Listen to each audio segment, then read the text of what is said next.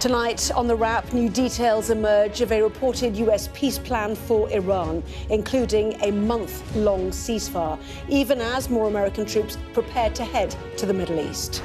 Sources say President Trump has approved the deployment of more than 1,000 soldiers from an airborne division. But even as Iran vows to fight on, Trump also says talks are progressing and he's even been sent a gift. They did something yesterday that was amazing, actually. They gave us a present, and the present arrived today. And it was a very big present worth a tremendous amount of money. This is not a war that we started, nor is it a war that we joined, but it is a war that will have an impact on our country. Here, the Chancellor flags targeted support for households. Rachel Reeves warned the challenges ahead may be significant, but said she won't throw money away, helping wealthy people who don't need it. Well, speaking of big money, the mystery of the early morning bet on oil markets, moments before they rallied, on President Trump's words. We review market data that has people wondering if it was more than luck.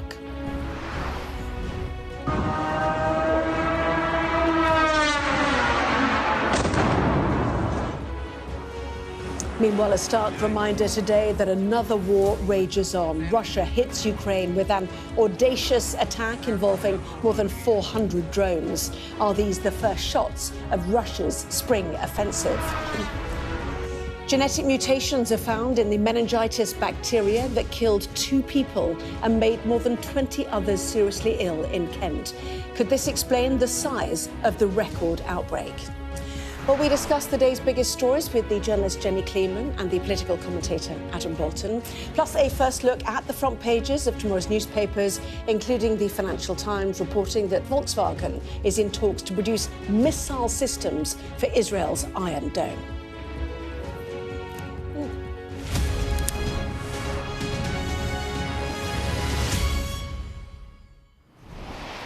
Well, hello, good evening. Good evening to Jenny and to Adam. We can begin tonight with new details of a reported 15-point plan said to have been put forward by the US to end its war in Iran. Israel's Channel 12 says it includes a 1-month ceasefire. Meanwhile, the US president has approved the deployment of more than 1,000 extra soldiers, that according to our partners at NBC News. So is Donald Trump seeking an off-ramp? Adam?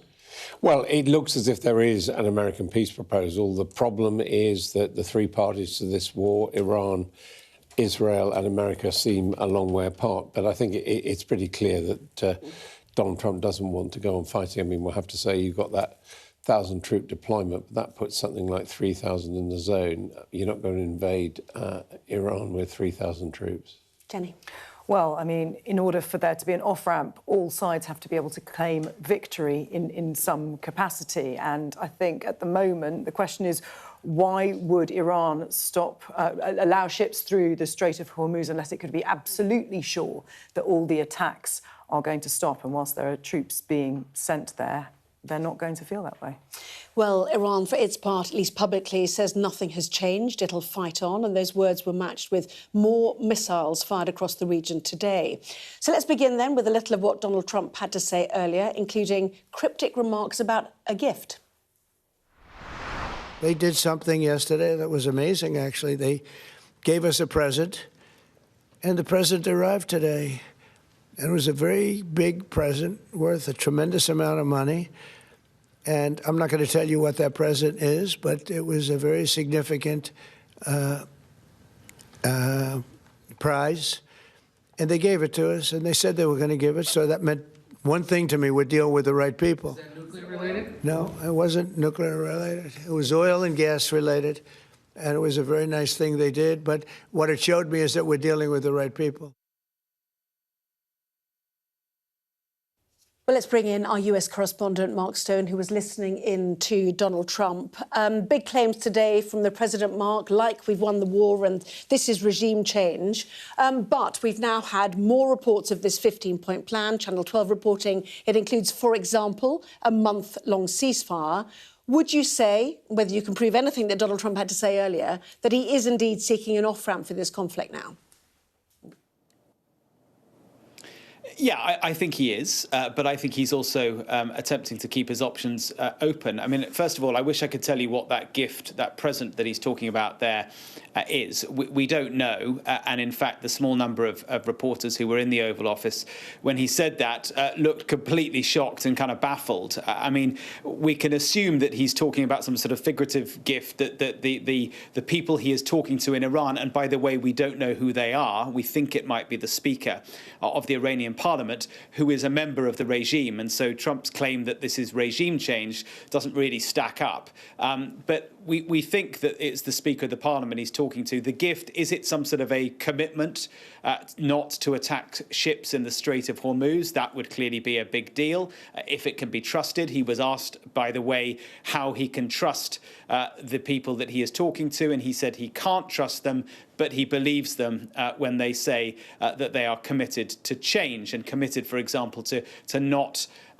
producing nuclear weapons. But these are the same people who said to him in Geneva on the eve of the day when he announced when he started the military action. These are the same people who said then they wouldn't produce a nuclear weapon. So why is he believing them now when he didn't believe them then? These are questions that the president has not answered. But look, what I do think if the Israelis are briefing to their media that it's a month-long pause, ceasefire. That sounds familiar, doesn't it, from Gaza days, a 15-point plan. Again, that sounds very familiar. If that is the case, that buys the president and buys the Americans space. It buys them space to try and sort of firm up and put in place that off-ramp, whatever it might be. It also buys them space to get the troops into position. Remember, there are 2,500 Marines on their way from California to the Middle East. They'll be there in, I think, about a week's time.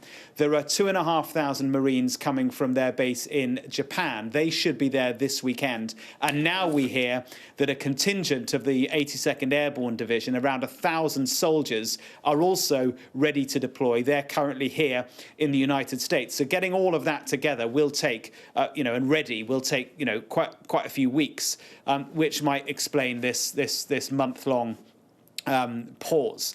But, Anna, I can tell you what we are told. I can tell you what we are hearing. I can try and analyse it. But right now with President Trump, it's pretty hard going. It is indeed, absolutely. I'm trying to remember the number of Russian forces that surrounded Ukraine. It certainly wasn't the few thousand you're talking about there. Mark, thank you very much indeed. It's been a fascinating evening. Late-breaking news, certainly. The New York Times is suggesting, actually, that this 15-point plan has been presented to Iran from Pakistan. Does not mean they're actually in negotiations, despite what Trump said earlier. Iran is talking to Washington, and they're talking sense. We're in negotiations right now with Witkoff and Kushner, and doing it along with Marco Rubio and J.D. Vance, he said. But in terms of what we're hearing from Israel's Channel 12, the 30-day ceasefire is to allow the 15-point plan to be negotiated. It would include enrichment plants of Natanz, Isfahan and Fordo to be decommissioned, no material to be enriched on Iranian soil, Iran to stop funding proxies in the region, and a free maritime zone in the Strait of Hormuz, plus ceasing support from proxy groups. So that's what we've heard so far in terms of some of that 15-point plan. Jenny? Well, I mean, there is the question of why would they agree to this when they seem to hold all the cards in the Strait of Hormuz? And then there's also, how is any of this enforceable, that they can say, oh, yes, we'll do all of this, we'll stop funding proxies. How can you enforce this in the long term? It just seems to be another kind of delay tactic, or a sort of tactic where Trump can say, I'm winning, I've won, even though his definitions of what victory is have been changing throughout the entire course of this three-week war. And it's kind of baffling when you have Iran using Trump's own language against him and saying, this is fake news, we've not been negotiating. He's saying it's regime change, but he's still talking to the people within the regime. Originally, he was asking for, I'm old enough to remember when he was asking for absolute surrender and a popular uprising. None of these things have come to pass. So it's all just a kind of word salad to kick the can down the road and say that he's winning. We've killed everyone. We're talking to the right people. Yes. Yes, Adam. Well, I mean, there is a certain consistency in recent days in this, in as much as at the weekend, the Americans were saying there were going to be negotiations in Pakistan, I think, on Wednesday. Not quite sure where Kushner and Witkoff and Vance have got to, but it's possible that they may be in Pakistan, which is, as you say, is breaking. And as far as the incentive for the Iranians to do this, the incentive is the threatened suicide option of America going in, destroying from the air Iran's oil-producing capabilities, which the Iranians have already said they would return that by destroying the desalination plants in the Gulf, which would make life very difficult for Saudi Arabia and the UAE and all the others. Yeah. That would be the worst possible escalation in this war, but that appears to be the threat which Trump is still holding. You may remember he said, well, what was it? We'll bomb our little hearts out, or something like that.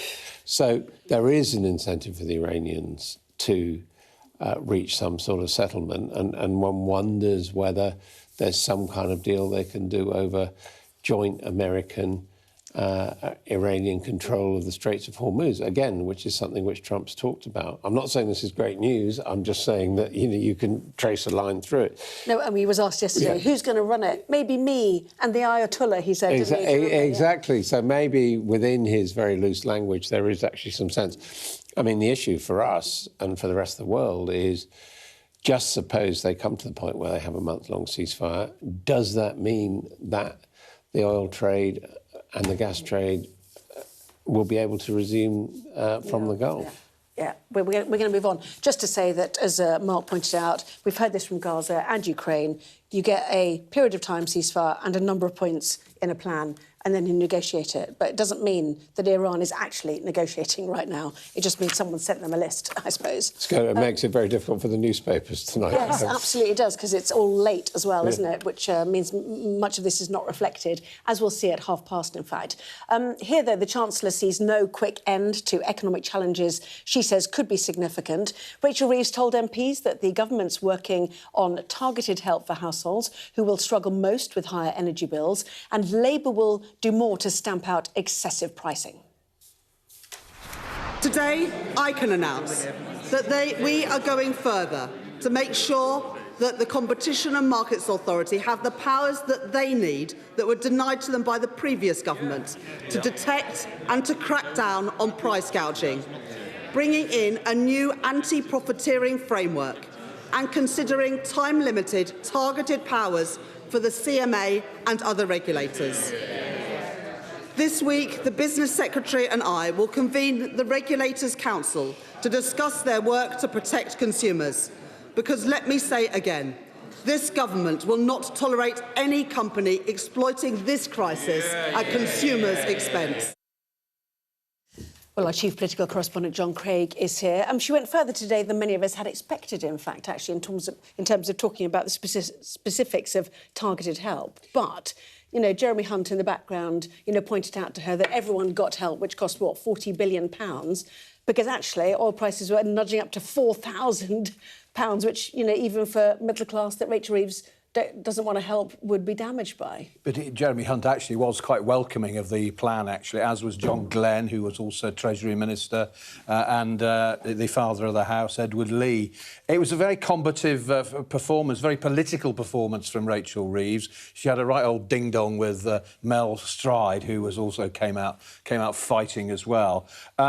But the point she was making, of course, much better to do it targeted. If you do it for everybody, it costs a lot of money and you end up in trouble. And she criticised Liz Truss twice during her statement. She even, in response to Daisy Cooper, started attacking Nick Clegg from his time as in the... But it actually was a non-event, wasn't it? She didn't announce anything. Well, I was about to say, there was a few announcements, Adam. I mean, for example, she said that there was this dreadful phrase, which I think Ed Miliband coined, price gouging. Yeah. Sounds horrible, doesn't it? See, I thought it was just going to be about that. That's what they billed last night. Yes, I mean, what she was saying was that she's going to give the Competition and Markets Authority more power to, as she said, detect and crack down on price gouging. In other words, profiteering at the petrol pumps and energy prices. And there was another announcement about legislation, she promised, against what the Chancellor and the PM have called the blockers. People who are opposing things like infrastructure projects like nuclear power stations. But on that, on your point, really, it was a holding statement in many ways because, of course, as she admitted, we don't know exactly how long this is going to last and how bad things are going to be. But I think she cheered up her own side. And it's interesting, the tone from the grandees, if you like, on the Tory backbenches and was so different and more measured than the tone from Mel Stride, who was shouting weak, weak, weak at the Chancellor. The difficulty is, of course, as we can see, borrowing costs have gone up, and yet the demands on the government to help out have gone up too, and so there we go, squeeze again. I mean, I think there's a general agreement that to do it universally would be very expensive and something they can't do. At the same time, to say that you're going to target it does give the Conservatives the line of saying you're putting up taxes for everyone else to give money to people on benefits, which, you know, whatever you think of it, has a certain political credibility. When the left wing of your party are not allowing you to reform those on welfare. Exactly. Yeah, well, the welfare point was raised by the Tories this afternoon. Yeah, exactly. But, you know, it really was about reassurance, wasn't it? It was about saying, if this gets worse, this is the way we're going to move, and I don't think there was that much criticism. Well, she's making the point that, you know, it has to be targeted because otherwise it's inflationary and it's going to be bad for interest rates. But, in fact, you know, she can't afford to bail everybody in the country out if she's going to obey her own fiscal rules. And this whole thing about, you know, she's buying time. She kind of has time, doesn't she? Because with the price cap, you know, millions of people, their energy bills are going to fall in April, and then it's the summer. In July, it's the summer. So it's not like this war was begun in October, in which case it would be a kind of disaster and we'd need to move very fast. So she has time. And on the fiscal rules, she twice said that they were ironclad. I know, but what about business? I mean, you know, they're going to struggle as well, aren't they, in a world that they've been squeezed by her taxes. John, I think the pressure is going to go on the fuel tax escalator, which the government is still saying it's going to put on in September, and there will be a lot of pressure to say, well, OK, you're giving some people extra help, but don't punish everyone else by putting up the price of petrol. White van man. John, I want to ask you about another breaking line, actually, from the last 40 minutes or so, which is Cyprus demanding a new security deal over these so-called sovereign bases, these British bases, after the Iranian attack on them. So this is the Telegraph reporting that, but you've had a response from the Ministry of Defence on this. Ministry of Defence are basically saying, don't panic, don't worry. There are bases. What the Ministry of Defence has said is that the sovereign base areas have never been part of the Republic of Cyprus. We have no plans to change this. Clearly, the Cypriots are getting very jittery and nervous about these attacks on the British bases there and wondering, you know, whether perhaps the rest of Cyprus might be in danger. But the British government is so far saying, look, don't worry, there are bases, we'll deal with it. OK, interesting. We'll see what happens with that. Now, here's a question. Are market insiders profiting from Iran's war? That's what many are wondering after a number of well-timed early morning bets on oil contracts. Here's our economics and data editor, Ed Conway. Normally, in these screens, in the last few weeks, we've been talking about the economic implications of the Iran war. But this time I want to talk about something else. It's kind of a mystery story. It's a mystery story. And the mystery begins with this. This was the Donald Trump social media post, Truth Social, that for a lot of people made them think that maybe this war might be coming to an end. At the very least, it had a big impact on markets. And the thing I want you to focus on is not necessarily the text of this, but it's the time it came out. 11:05, that's UK time, so 11:05 in the UK. It was morning, earlier in the morning in the US, obviously. And look at the impact that this had, OK? So this is showing you the crude oil price. It's the US kind of benchmark of the crude oil price, WTI as it's known. And you can probably spot already the moment that Donald Trump post happened. The oil price went down really sharply, and we've had lots of ups and downs, lots of volatile days on markets in recent days. But this was something else. As traders went out there and they basically said, we're selling oil because we think that things might get a little bit better. But here's what I want to focus on that you don't normally see in these charts. Not just the price, so that's the oil price, but the volumes. You can actually look at this. You can look at just how many people are buying and selling at any given moment. And have a look at volumes. So these bars are showing you the volume. So at the given moment that obviously that Donald Trump post happened, you had this massive increase in a lot of people going out there into the market and say, look, something's happening, we need to actually act on it. For the most case, selling at this point. But here's the curious thing, and here's kind of where the mystery is. I want to kind of zoom in on this area here. So I'll kind of zoom in so you can see this is just the volumes of people going into that oil market and kind of, for the most part, selling after that Donald Trump post. You can see there's this real spike in activity, a lot of people going in there, kind of this frenzy, and that's the kind of flip side of prices. But look at this. 15 minutes before that Donald Trump post, there was a very big amount of trading volume. Very big. In fact, actually, when you're looking at that amount of volume, that spike, that was the biggest trading volume that we saw that day. We're starting here just at 8 o'clock in the morning. We're going through to that moment of the Donald Trump post. Relatively quiet volumes, not much going on in the market, and then all of a sudden that. And if you're wondering, OK, maybe this was just a one-off, it was someone who made a lucky bet, have a look not just at this. So this is WTI, it's one measure, the US measure of oil. Have a look at Brent, which is the kind of the European, seen as the international measure of oil. Again, the same thing. Donald Trump makes his post, flurry of activity, lots of people there. But look at that. Again, 15 minutes before that Donald Trump post, a very big trade.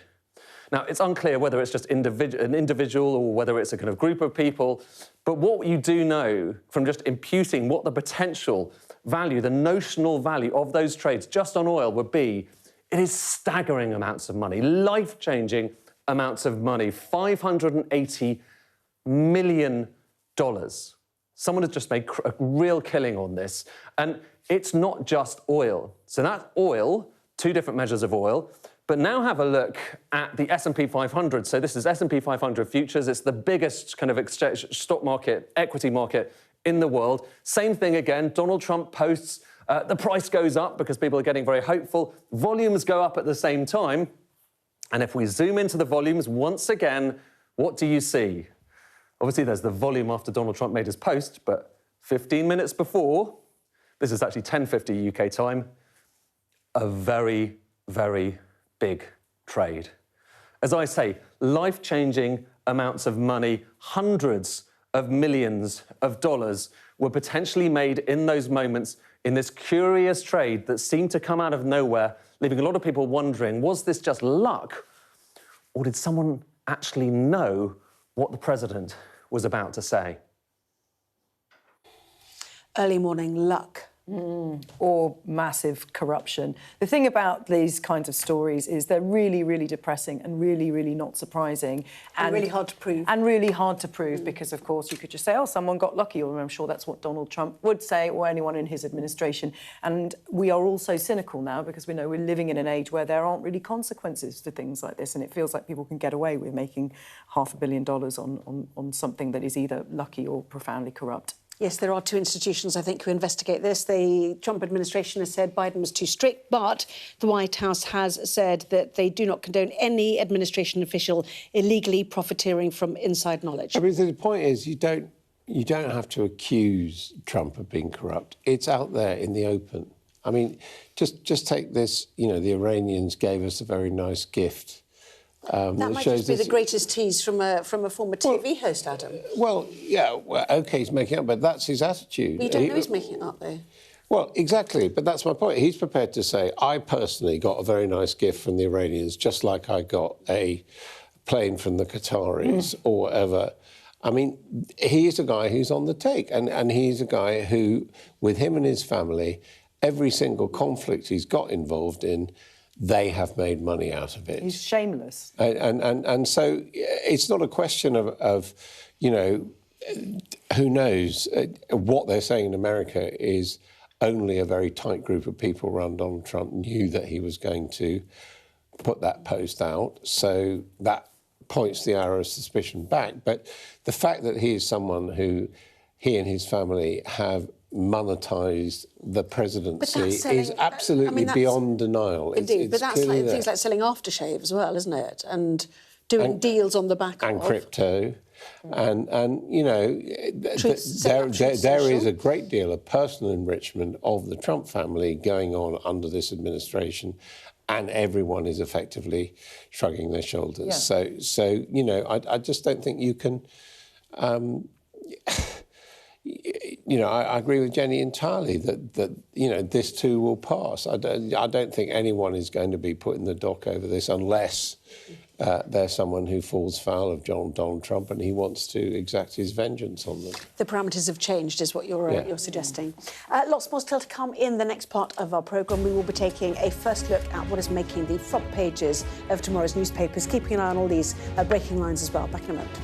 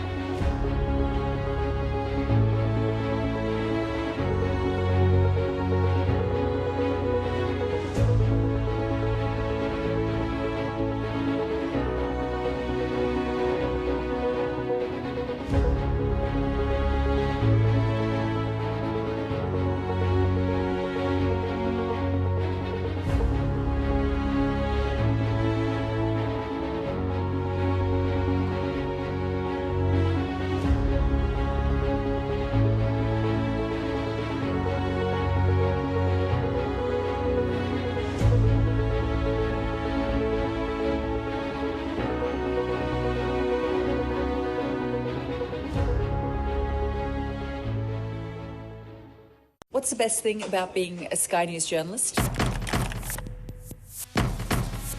Who's funnier?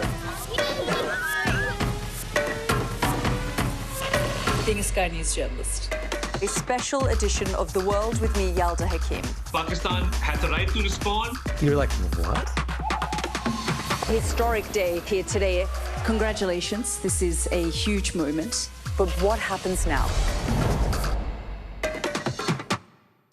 Well, it is now time to see what is making the front pages of tomorrow's newspapers. So President Trump poised to deploy more troops to the Middle East is the lead story for The Guardian.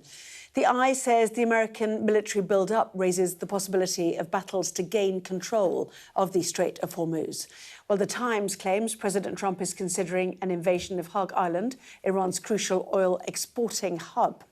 An image of an Iranian missile strike on Tel Aviv is the front of the Financial Times.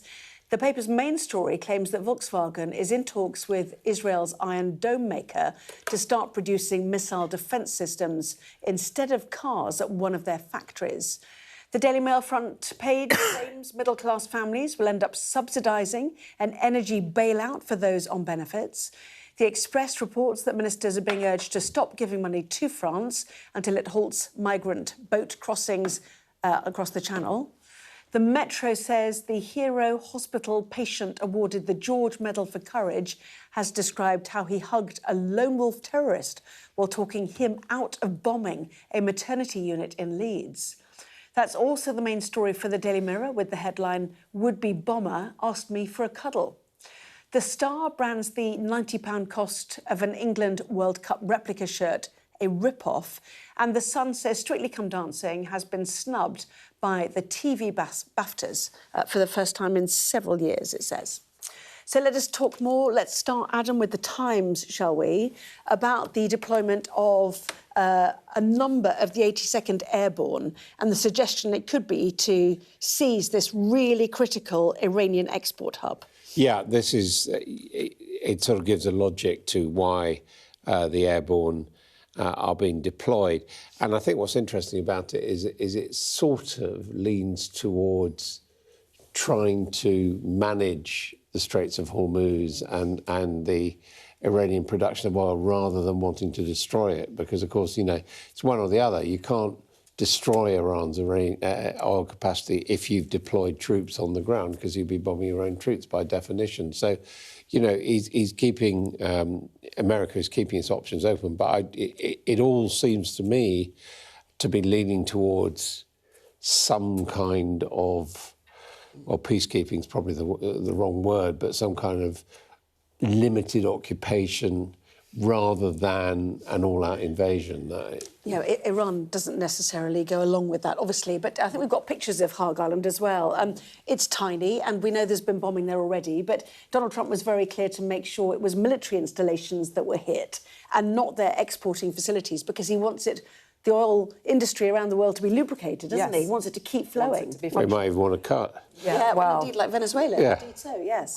Yes, and, you know, the Times reporting here that Mohammed bin Salman, the de facto leader of Saudi Arabia, the Crown Prince, is encouraging Trump to go ahead and invade, and, you know, this is a chance to reshape things permanently in the Middle East, and, you know, this is seen as a turning point. If that island is taken, then it's strategically incredibly important, and it means this entire waterway. Is this Haag Island being bombed? Is it, just to check? Yes, that's the bombing of it.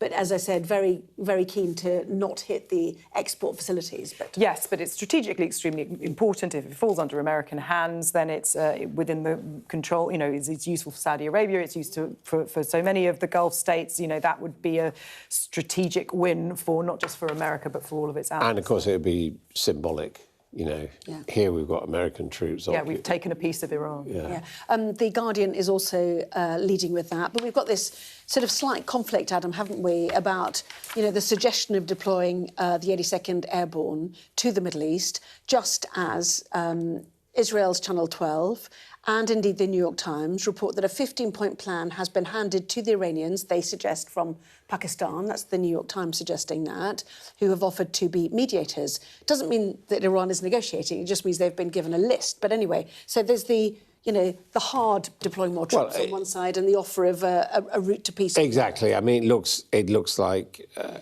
Trump is trying to increase his leverage. As ever, he's going for big brand names like the US Airborne and all that, token demonstrations of American might to obviously, you know, concentrate the minds of the other side that they ought to do a deal. And you know, as I say, once those troops arrive there, if there is a ceasefire, they can still be used to do, you know, various things, maybe occupy Haag Island. So you know, it's negotiations. It's more art of the deal, if you like. But making the best of, you know, what has been an unsuccessful operation ultimately. Do you think it has, in terms of the original aims, you know, ignoring regime change, which was on the table the first day and then off it quite quickly, even though they killed the Ayatollah.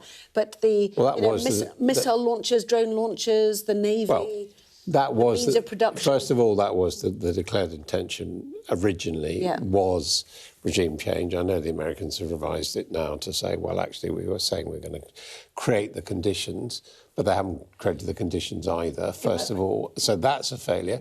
But also, they haven't, as yet, defanged Iran. Iran is still launching attacks, and even in those plans, that isn't the surrender of the enriched uranium which Iran has. So. Donald Trump was calling for absolute surrender from the regime.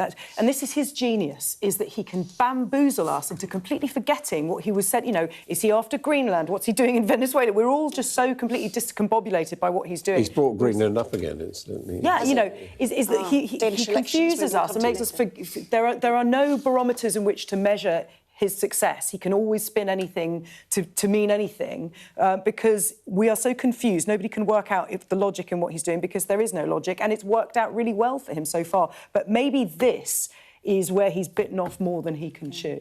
So who benefits then? Oil-producing nations, including Russia, for example, but also anybody in the defence industry, it seems, which takes us to the Financial Times, which is reporting that VW is thinking about shifting from cars to defence in a deal with the people who make Israel's Iron Dome. Yeah, I think this is slightly sort of previous, in as much as VW, I think, had already said that they were shifting towards domestic weapon production for obviously the Germans, who are upping their defence budget. So clearly now what the FT is reporting is that maybe some of those weapons will be exported to Israel. I mean, it certainly is an interesting development because, as we know, the internal combustion engine-based industry of Germany, which was world-leading, is, with the shift towards EVs, is under a lot of pressure. Yes. And so they're going to have to rethink. You know, also worth, of course, recording that historically both VW and BMW were fairly heavily involved in the Nazi war effort as well. So, you know, it's not exactly the first time. You're going back a long way. You're mentioning the unmentionable as well, to be fair. I mean, to be fair, you know, EVs, that market was troubled as soon as governments changed the deadlines about when you had to have electric cars. Yes, but there's probably more of a, if you're looking at the current political situation, there's more of a long-term financial future in missile defence than in petrol cars, unfortunately. Jenny, should we do the Daily Mail? The middle class will foot the bill when Rachel Reeves hands out a fuel bailout to those on welfare. Yes, this is speculation, but it's to do with what are these targeted measures that she announced in the Commons today to help with energy bills. She said there's not going to be support for everyone, it's going to be targeted. The Times and the Mail reporting that it's going to be people on benefits who get who get help with their energy bills, in which case it's the middle class that will theoretically foot the bill here. And this is clearly what is going to be, you know, this is what the Tories are going to be saying. You know, why is this fair? But it is simply not affordable for everybody to get the support with energy bills. And the point, I suppose, is that the burgeoning numbers on welfare and the inability to reform it because of your own party, and how you define those who are targeted and therefore needy for this fuel help should it come. It is one of the identifying aspects of this Labour government that all their policies have tended to be divisive. They've tended to have good people economically who they want to help and bad people who they want to tax. And you know, business is obviously one that feels they've been in that direction. And in that sense, you know, philosophically, it's been very, very different from the we're all in together, big tent approach of New Labour. And you know, it has to be said that it does appeal to their core constituency, a core constituency which is perhaps feeling a very cold wind blowing from the Green Party towards them. So, I mean, there is a logic for it, but it is ultimately something that is divisive. And you've got two papers of the middle class, the Daily Mail and the Times, basically directly picking up a cry from Mel Stride in the Commons today, which we may well hear more from Kemi Badenoch in Question Time tomorrow. You know, so, you know, there's quite a lot of electioneering going on here. Yes, and while we, in case we forget, an extraordinary series of drone attacks on Ukraine today. In fact, just seeing some latest figures suggesting that actually Russia has launched the largest aerial attack on Ukraine over a 24-hour period since the war began, hitting cities across the country with 948 drones. Here's one of them actually in action.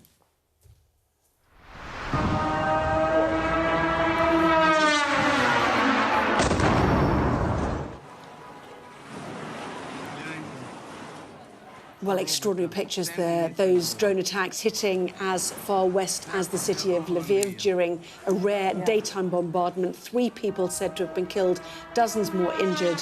Analysts believe it could be the start of Russia's spring offensive, which is a very depressing reminder, isn't it? And in the middle of the afternoon, which just shows how brazen Russia is at the moment, and how emboldened Putin is by the fact that the world's attention is no longer on Ukraine. More attacks than ever before in the middle of the day. Something like 400 drone attacks this afternoon in Ukraine, which is completely unprecedented. I mean, so far, Russia is one of the clear winners from the war in Iran, because their oil, they've had sanctions taken off by the Americans. They've got more money coming in just when they were meant to be point of strain. Not quite clear on the subject of drones, whether drones which they were getting from Iran, they're going to, that supply is going to dry up. But interesting that they've launched this big attack at a time when it has been being reported that Ukraine may actually be in the process of breaking the line of Russia across the eastern border of Ukraine and actually cutting through, which would be a very serious blow to cut off effectively Donetsk from the Crimea and all the rest of it. That would be a real blow for the Russians if Ukraine was able to do that. Yeah, I just wanted to squeeze in one further story, which is that this is in the Times. Cooking a meal at home at least once a week may reduce the risk of dementia for older people, a study has found, and the benefits may be particularly pronounced for novices.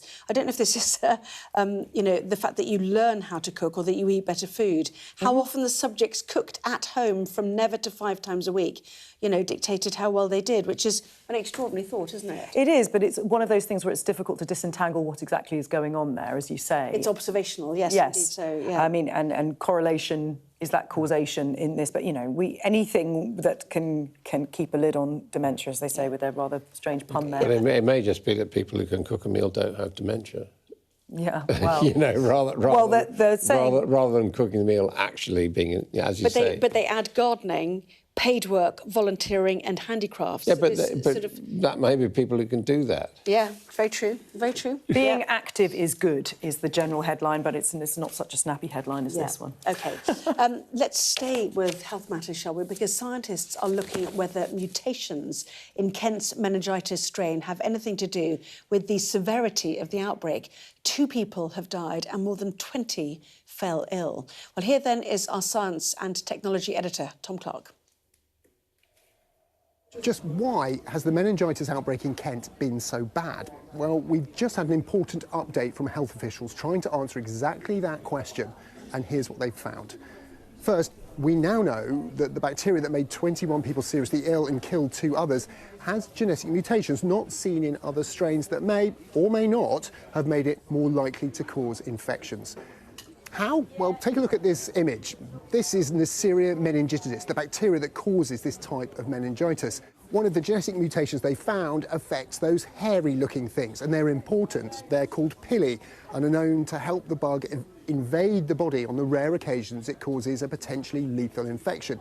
But more experiments are needed to confirm whether the Kent meningitis strain is more virulent. Another key question is whether today's young people may be more susceptible to meningitis. Starting next week, the UK Health Security Agency will survey samples of blood from people across the UK to see if there have been any changes in background immunity to meningitis over time. Then there's the nightclub. This diagram shows links between the 23 cases in the outbreak, and we now know 20 of them went to the Club Chemistry nightclub in Canterbury. They want to know what, if anything, these people may have in common that might help explain such a super spreader event. It's likely, say the experts, it's not one, but a combination of these factors that contributed to such an unusual outbreak. But it's important we find out. to help decide on future vaccination plans and identify new risk factors that could help save lives in future. Goodness, there's lots going on there, isn't there? Genetic mutations, lack of exposure to meningitis, the prospects some have raised of COVID reducing your immunity to fight infection, and what happened in that nightclub, vape sharing, for example. Yes, and that nightclub, which is called Club Chemistry, and I don't know, it makes me think club biology, club virology, something happened there. And I think because of COVID, we are now, our antennae go up when we hear about super spreader events. And, you know, bacterial meningitis is not supposed to be that contagious. So it may be a combination of all of those factors, something at play altogether that has led to this, but it's important to understand exactly what has happened because it's such a serious disease. Yeah, I mean, you know, touch wood and one doesn't want to tempt fate, but it does seem that this has been a success in dealing with it. Obviously, it's a tragedy that 2 young people died and others were hospitalised, but they seem to have got on top of it very quickly. They seem to have contained it. And everyone, frankly, seems to have behaved responsibly. I mean, I have to say the owner of Club Chemistry, who I've seen interviewed on Sky a number of times, has been incredibly responsible about it, you know, immediately saying, I'm going to shut down the club, I'm going to deep clean it, I'm not going to open it safe, when she wasn't being told to do all of that. So, you know, everyone, I actually think for once everyone's behaved pretty well, on this. Except you do wonder if somebody will consider vaccinating this cohort of youngsters, you know, who are at this vulnerable point with lots of interactions, you know, the age range above the summer of 2015 when babies started being vaccinated for meningitis B, whether actually, you know, in lower sixth form you should have a vaccine that takes you through into your early 20s. I mean, I certainly think the shock of the deaths is a bit of a rebuff for the anti-vax movement, you know, which is probably a good thing. Yeah. Lots more coming up, including vets, pets and exorbitant charges, what owners need to know about new rules.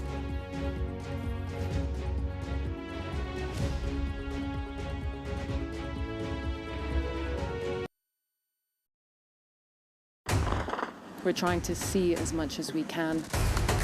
We're in an area that's just been reclaimed. Mr. Zuma, Sky News. People are directly protesting.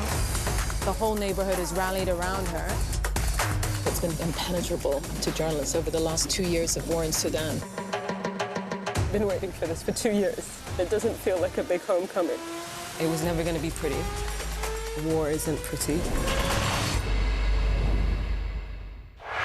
I'm Adam Parsons, Sky's Middle East correspondent. We've just entered Gaza. The vista out there is complete destruction. I'll always remember going into Gaza City during the war. All around us was destruction and the sounds of battle. What you see a lot of here are military machines, soldiers, devastation and destruction. What you see very little of are the locals, the Gazans, the people who used to live here, the ghosts of this town. I witnessed the scars of the October the 7th attacks, burnt out homes, bullet holes in walls and bloodstains on the floor. People were murdered. You have the black flag, you have the yellow flag, people were kidnapped. Inside this convoy, prisoners released by Israel in exchange for their hostages. The Israelis insist that many of these prisoners are terrorists. But here, the Palestinians consider them a blend of freedom fighters and political prisoners. There were tears and there was defiance. This land has been farmed for hundreds of years, but now it's a scene of conflict. Israeli settlers have come to this area to seize land. They've taken the land that I inherited from my father, and my father inherited from his father. What would happen if you entered it? Oh, we'll be shot. This is a place where the past is cherished, but the future is feared. These are the settlers in waiting, keen to start a new life, to annex Gaza for Israel. The least we can do is just kick them out of our land. Gaza, which is just 2 miles in that direction, is under attack again. Sky News, get the full story first. The best thing about being a Sky News journalist? They call him the king of the jungle. being a Sky News journalist. Yusra Al-Baghir has this report. And this is what's left of it. As a woman of colour, how did the Harris campaign speak to you? People risk their lives to speak to us for this report. Mr. Zuma, Sky News. We're trying to see as much as we can. The best thing about being a Sky News journalist? I'm going to take you behind the scenes here for Election Night Live. They have gone up and up. Big Sky News journalist. Ed Conway. Sky News, is anyone going to talk to us? Mortgage rates did go up very sharply during your time in office. Here it is. First off, just the scale of what we're looking at. Our data shows it's been happening. Question is, why it hasn't been stopped. Well, we are known as a nation of animal lovers, and recently that devotion has been costing pet owners more in soaring vet bills. But now, after a 3-year investigation, the competition watchdog is putting a leash on treatment costs. Boom. Sky's Barnaby Papadopoulos has more. Awesome. She's a lovely girl. Dogs might be a man's best friend, but they're fast becoming his most expensive one too. What treat? What here? A new report has found that the average price of vet services increased by 63% between 2016 and 2023, nearly double the rate of inflation. The X-ray for him was £970 in total.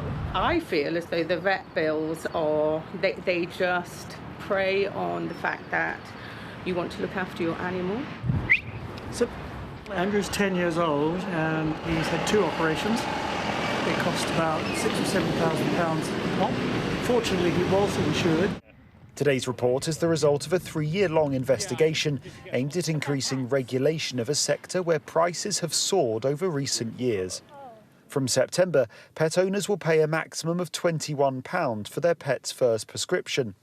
The price for other medicines within the same consultation will be capped at £12.50, a move the regulator says could save hundreds of pounds. Good girl, Chilly. These measures, and others, are aimed at increasing transparency in a sector that has, for some, felt opaque. Basic services, things like vaccinations, consultations, basic dental services. Very often these are not on the websites of veterinary practices, and it's hard to find them out.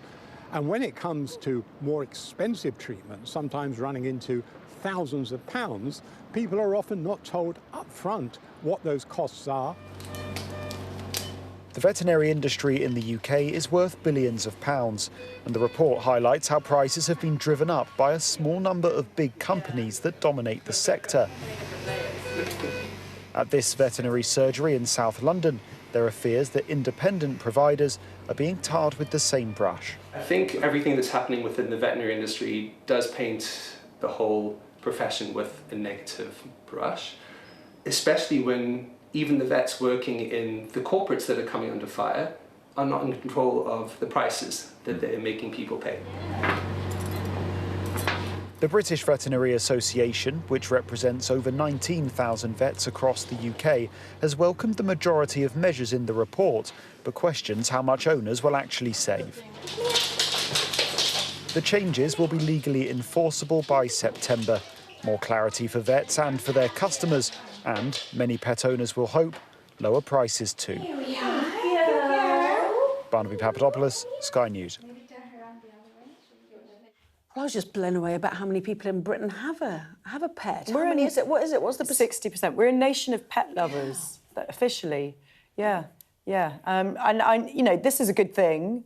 It's something like 63% increase in prices ever since 6 companies bought up 2/3 of practices. It does feel, you know, it's like your emotions are at play when your little creature that you love is unwell, and it does feel kind of exploitative. And it's good that there's a kind of the watchdog is watching, but yeah, people will pay anything really, won't they? Well, no, that's the point. They shouldn't have to. They shouldn't have to, but people will, and it leaves them open to. Yeah. I mean, ownership structures are, you know, are they dictating terms here? Is the question. Yeah, I mean, they've been bought up, as we were hearing, and quite often by companies that are involved in pet insurance. Which then the allegation is that then you're sold. You know, the vet help because you can claim it back on your insurance, and that, you know, and then they charge money. Well, it's a bit like that when if you scrape your car, you know. as well. I mean, insurance is a racket. I mean, Adam, honestly, anyway, carry on. anyway, but I think these measures here are just, aren't they, for the cost of prescriptions? I mean, they're not actually at this point. The treatment points, the bearing down surgical on operations and scans and all of those things. Although I suspect the government probably hopes it's a bit of a warning shot. Yeah. I know you said you're a cat person, Adam. Yeah. There's a few pictures just for you. Both of you stay there. Lots more still to come in the next part of our programme. Right now, let's check out the weather.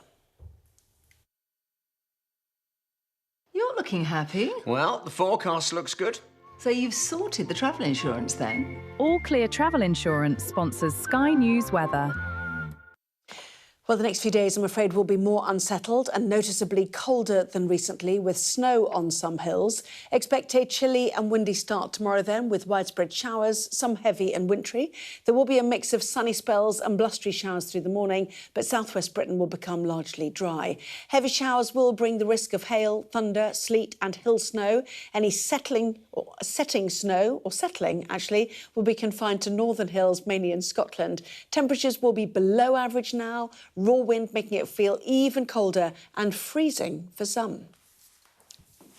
All Clear Travel Insurance proudly sponsors Sky News Weather.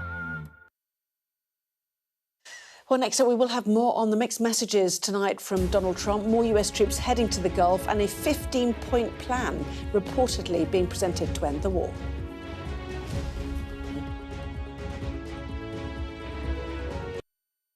What's the best thing about being a Sky News presenter?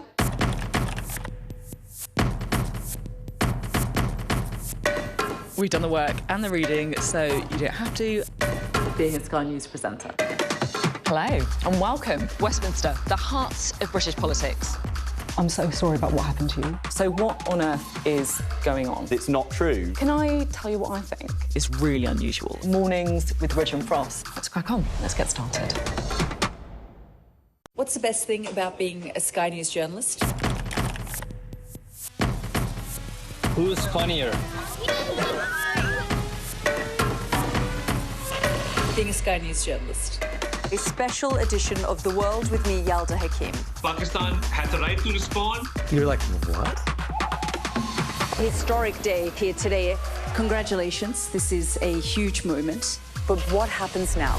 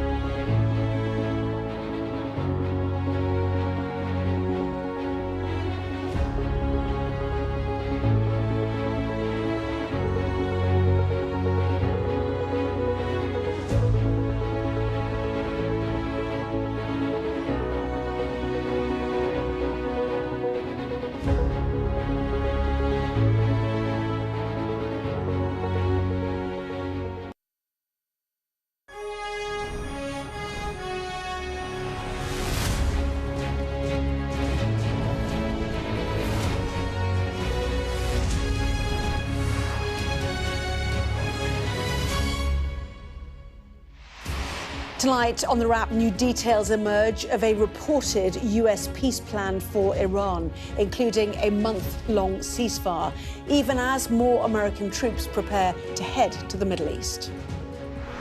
They did something yesterday that was amazing, actually. They gave us a present, and the present arrived today. It was a very big present worth a tremendous amount of money. This is not a war that we started, nor is it a war that we joined, but it is a war that will have an impact on our country. Well, here the Chancellor flags targeted support for households. Rachel Reeves warned the challenges ahead may be significant, but said she won't throw money away helping wealthy people who don't need it.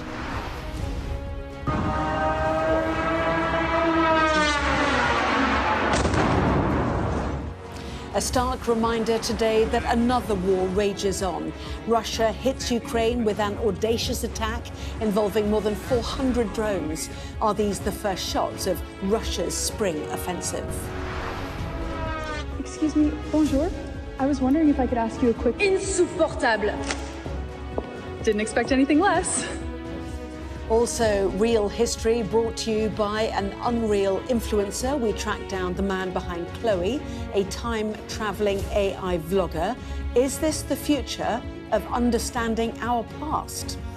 Well, we discussed the day's... Don't laugh, Jenny. We discussed the day's biggest stories with the journalist Jenny Kleeman and the political commentator Adam Bolton, plus a first look at the front pages of tomorrow's newspapers, including the Financial Times reporting tonight that Volkswagen is in talks to produce missile systems for Israel's Iron Dome.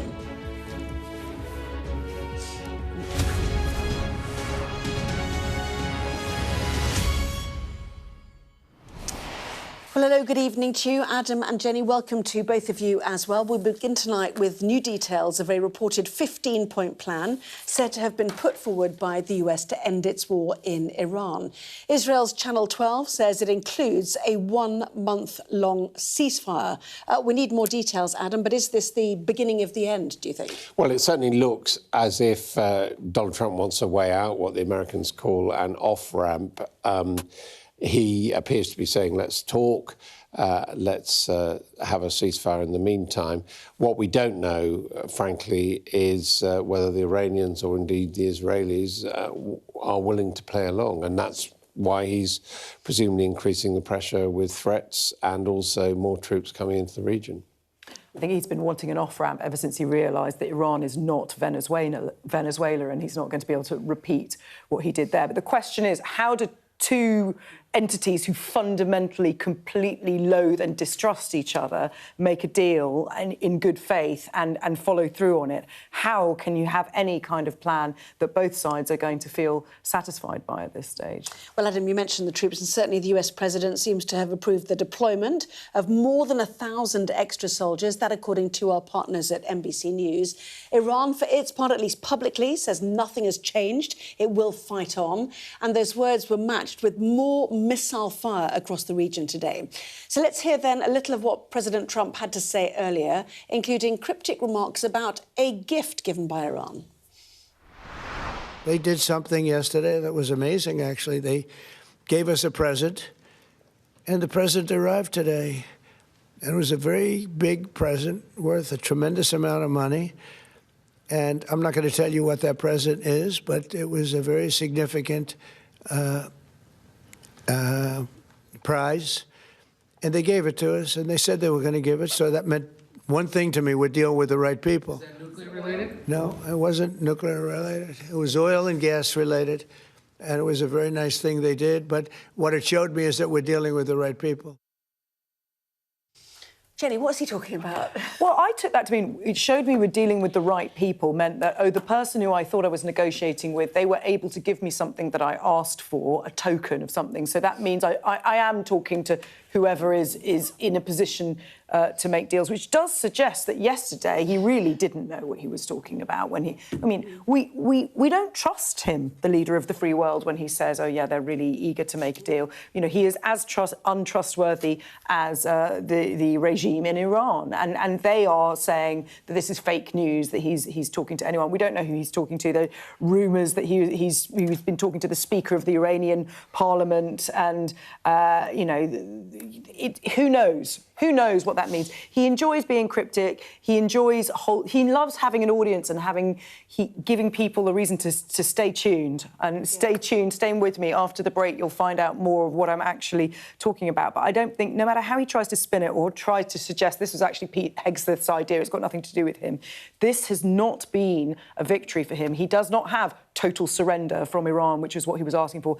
There is no regime change. The regime is still in charge. There has not been a popular uprising. Yeah, if we sort of slow it down, yesterday he claimed he gave 5 days extra in terms of his great threats to target the power plants in Iran, first of all. Then he said great progress had been made in talks. Iran said that was fake news, including the speaker that you quoted there. Today he said again that they're in discussions. And now we know from Israel's Channel 12 a 15-point plan with some details, which I'll say in a minute. The New York Times suggests that the 15-point plan has been actually handed over to the Iranians by Pakistan. That does not mean negotiations are underway. It just means they've been handed a list. That's what we know. We have not verified the 15-point plan ourselves. But it's also true that the Americans have been talking about Pakistani involvement for a couple of days. Yeah. I mean, what it shows, I think, you know, that talk about the great gift that he's got is that the Iranian negotiators have spotted, like Sir Keir Starmer with the gift of the state visit, like the gold bar. I can't remember who he got the gold bar from. It was one government that he likes a gift, and the plane from the Qataris. And the plane from the Qataris. Gold-plated pages from Netanyahu. Him and J.D. Vance got one. So a nomination for the Nobel Prize from Netanyahu. You know, and it's just extraordinary that, you know, these really important things of international geopolitics, life and death in war. Swiss business executives gave him the gold bar. Gold bar, OK, yeah. You know, I mean, this is the leader of the free world. Well, we don't know what it is. I mean, this gift could be a metaphorical gift. It could be a commitment not to attack. It sounds to me like it's a tanker load of oil. Yeah. And you know, which is worth quite a lot, as indeed happened with Venezuela, where the Americans quietly appropriated a couple of tankers. We've seen lists of demands, have we not, in negotiations around Gaza, and specifically Ukraine as well, and Russia. The reports from Israel's Channel 12 are that there would be a 30 or a month-long ceasefire in order to negotiate the 15-point plan. That would include enrichment plants of Natanz, Isfahan and Fordo to be decommissioned, no material to be enriched on Iranian soil. Proxies will cease to be funded by Iran. There will be a free maritime zone in the Strait of Hormuz. So those are some of the things that we're finding out that are purportedly on this list. Yes, except Iran now knows that it can completely put a spanner in the works just by continuing to attack the Strait of Hormuz. So they could agree to all of this. They could say, oh, yes, we'll do that, and then go against it. And then as soon as there's any retaliation, this whole thing will start up again. There is no way of ensuring that both sides cease and desist forever. Yeah. It's not the handover of the enriched uranium, which Iran already has, which was supposedly one of the key objectives of this war. Well, it might be, actually, because I haven't got all of the 15. We'll see. So, you know, this is what I'm saying. We need more details about it. But whether the importance, I suppose, is does it look like President Trump is seeking to end the conflict? And indeed, what are the Israelis going to do about that? Are they going to continue? So, yeah, I mean, there is also the downside that Trump has said that if he doesn't end the conflict, if he doesn't get people talking, he's still got that threat of what he's going to do in 5 days, which has been spelt out as attacking Iran's oil capacity. And the Iranians have already said, well, if you're going to do this, we're going to attack the water desalination plants in the Gulf. So that could be pretty bad. Yes, we'll talk about the Chancellor now. I will see what the oil futures are doing on this news in a moment. But first of all, the Chancellor, she sees no quick end to economic challenges she says could be significant. Rachel Reeves was speaking in the Commons today. She told MPs that the government is working on targeted help for households who will struggle most with higher energy bills, and they'll do more to stamp out excessive pricing. But she was accused of weakness. Today, I can announce that we are going further to make sure that the Competition and Markets Authority have the powers that they need that were denied to them by the previous government to detect and to crack down on price gouging, bringing in a new anti-profiteering framework and considering time-limited, targeted powers for the CMA and other regulators. This week, the Business Secretary and I will convene the Regulators' Council to discuss their work to protect consumers. Because let me say again, this government will not tolerate any company exploiting this crisis at consumers' expense. Nothing exemplifies this government's economic folly more than its approach to oil and gas.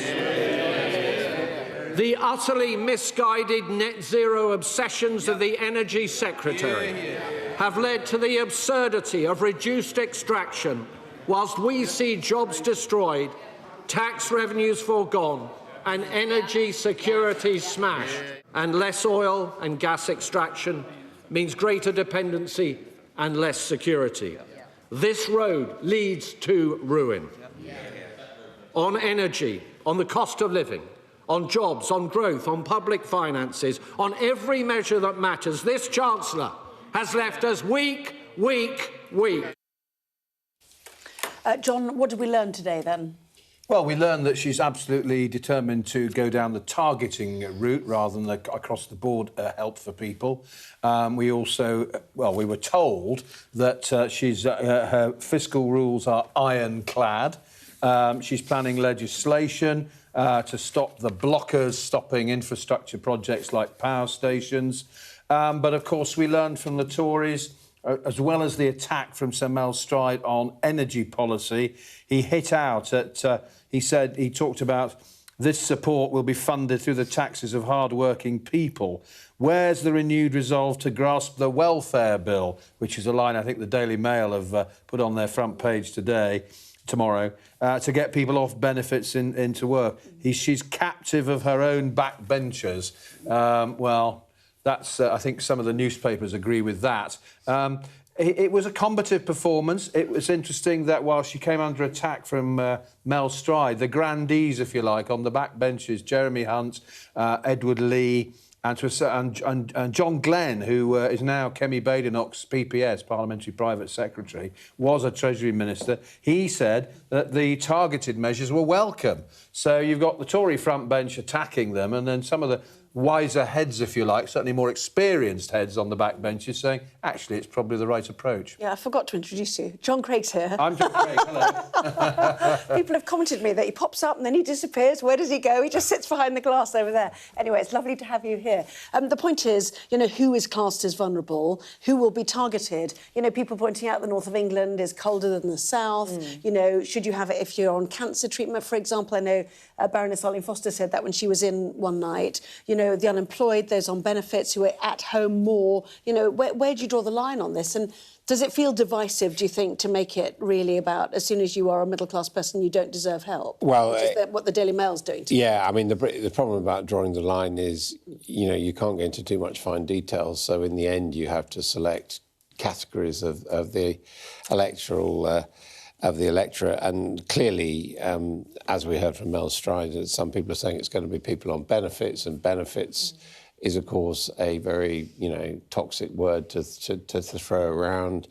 And, we've got the front page of the Daily Mail here. It's there, actually, isn't it? Middle class, the foot bill for Reeves, and they've gone for that phrase, benefit street, which ever since that documentary about people living on benefits, fuel bailout. So, and the Times has gone down that line. So I think, any bonus that the Chancellor is hoping for with one section of the electorate for saying, look, if it goes wrong for you, I'm going to help you out, will probably be matched by hostility from other sections of the electorate who feel that they're paying their taxes and not getting any benefit from it.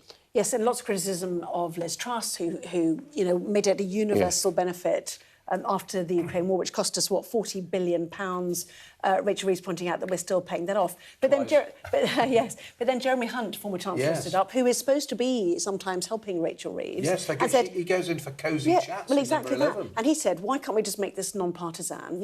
Why be so critical? And also, it was universal then because it was going... fuel prices were going to £4,000 a year, and that was unaffordable for very many more people. Well, I mean, the reason why is because they love talking about Liz Truss. They love talking about the damage that Liz Truss did to the country. That's their happy place, the Labour Party. Well, that's what Rachel Reeves would rather talk about all the time. The damage done by Liz Truss, how inflationary that was, and how that caused an increase in interest rates. She'd happily talk about that all the time, rather than how she is going to target these targeted interventions, because she is going to have to make a choice and cannot make everybody happy. Yes, and she was also asked about the North Sea oil and gas, wasn't she? And the point being, she said that we said in our manifesto we would honour current licences, and then suggested the Tories had failed to do a proper consultation on it. It was held up in the courts, blaming the Tories. Is that right? So I thought it was quite an interesting, different take. Yeah. And there was... Well, there was a Labour MP from Pembrokeshire who actually wants the government to change course, and so did Edward Lee. Talked about let's have a consensus on that. Tell the Energy Secretary keep an open mind. I think we're going to hear a lot more about as energy supplies get more scarce. There's going to be more pressure on the government to if not abandon the net zero, but certainly to keep open the option of more drilling in the North Sea. We heard it from Nigel Farage at Prime Minister's Questions last week, heard it from Mel Stride today, and quite a few other Tory backbenchers mentioned it. Yeah, and it's not just backbenchers, it's the trade unions that are involved in the North Sea. Sharon Graham and Unite. It's the Energy Agency, all these people. And, it is quite difficult to say, first of all, that we're not going to use our own resources, we're going to buy them from abroad, even although the energy from abroad is more polluting than the energy which we produce ourselves. That's before you get into transport costs. So that is a difficult one to argue. And also the government has been trying to say, well, if we ramped it up, to use the cliche now, it would take decades before we saw the benefits. There are others involved with the industry who say that's not true, that there are already fields where we could increase production and there would be immediate impact, and it would also generate tax receipts. So it does seem a very hair-shirt approach, which was fully understandable if you've got the dream of getting to net zero and using money now to subsidise energy production in decades' time. But, right now, these are straitened circumstances. Indeed. So oil futures, I've got US crude futures. They fell about 4% in early trade on Wednesday on the prospect of a possible ceasefire easing disruption to global oil supply. Suggestion is they were down 4.8% as of 23:05 GMT. So there we go. So the oil markets, it seems, the beginning is to react quite well to the reported 15-point plan and that thought of a month-long ceasefire. Well, those markets go up and down every time the President of the United States contradicts himself. Yes. He says one thing, they go up. He says another thing, they go down. Yeah. As we saw earlier about allegations of sometimes 15 minutes trading. beforehand. Yes, exactly. Now, with Iran having effectively shut the Strait of Hormuz, it is holding one of the world's key oil arteries hostage. So some ships are getting creative to sneak through, as Sky's data and forensics team now explains. 2 zombie ships have slipped through the Strait of Hormuz. On paper, they don't exist. They're broadcasting identities that belong to ships that were scrapped years ago. So what's going on? I'm Anua, an OSINT producer on Sky News' data and forensics team, and we've been tracking ships going through the Strait of Hormuz since Iran closed it down. And we've spotted something strange. On Friday and Sunday of last week, tracking data showed 2 ships heading east, away from the strait. The first was the gas tanker LNG Jamal, and it broadcast its location west of the strait on early Friday morning. Later that day, tracking data picked it up 5 more times on the other side of the strait. Now its whereabouts are unknown. But here's the weird thing. The Jamal was scrapped last year in India. Then, on Sunday, crude oil tanker Nabeen suddenly showed up here. Then its signal was spotted a few more times to the east of the strait, here. It had previously been seen here, off the coast of the UAE. But again, this ship was officially dismantled in Bangladesh in 2021. Now, these are actual ships, but they're broadcasting false identities. They're so-called zombie ships. And at this stage, it's unclear which vessels are behind the signals. But this is a satellite image of the ship purporting to be Nabeen, according to tanker trackers. The image was captured a few days ago when the ship was still in Iranian waters. As you can see, it appears to have a rather pointed bow and stern. Unfortunately, this isn't enough to identify the ship. Broadcasting a false name is a strategy that ships sometimes use to conceal who they are and what they're carrying. But this is the first time we're seeing the strategy used to navigate the Strait of Hormuz since the war in Iran began. Very interesting there from Anoa. You know, I am reading today as well that ships are passing through the Strait of Hormuz, but not all vessels are getting through. And if you look at the list of countries who are being allowed to to move through the strait, it is, you know, long-term customers of Iran, for example, China, India, Pakistan, which has, you know, volunteered to help in negotiations, we know, Malaysia and so on. So a number of ships have seemingly got through. But, I mean, it's interesting, isn't it, to try and work out how you can be creative about this. Yes, and when there's a lot of money at stake, people can get very creative. And the idea of using the identity of deceased vessels, or vessels that are supposedly taken apart, it is very, very creative. It's fascinating. I mean, it's something that we've had in other parts of the world as well, haven't we? Those tankers that the British and Americans intervened on, believed to be Russian tankers, but they too were ghost ships or zombie ships. Pick your horror. The Shadow Fleet, pick your horror, indeed so. Anyway, lots more still to come in the next part of our programme. Living Through History, courtesy of an AI guide. We meet the man behind Chloe. Dear.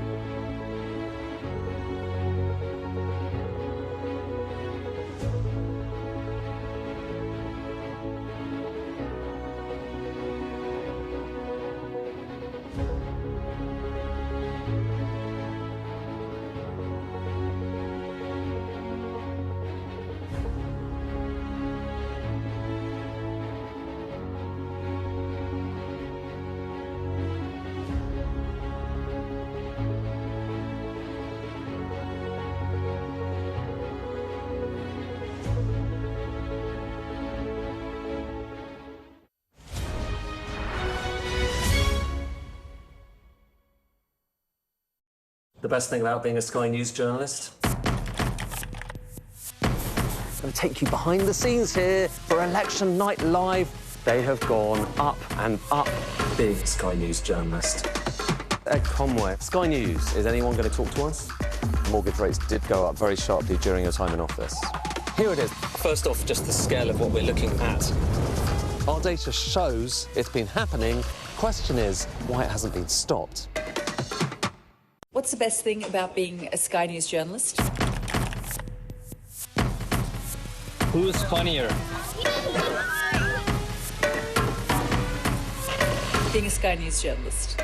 A special edition of The World with me, Yalda Hakim. Pakistan had the right to respond. You're like, what? Historic day here today.